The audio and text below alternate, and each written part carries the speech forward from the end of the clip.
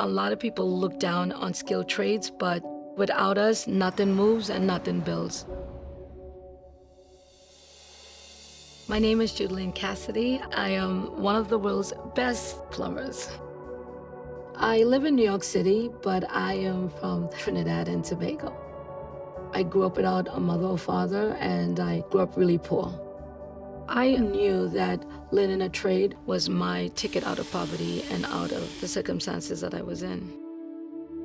I am here to redefine what it looks like to be a plumber.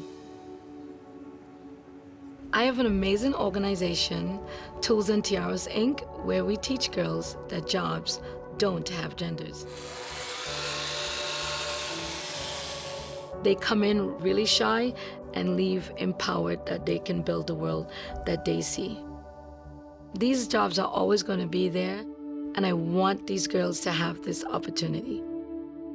It's not just about the tools, it's about the confidence that could never be taken away.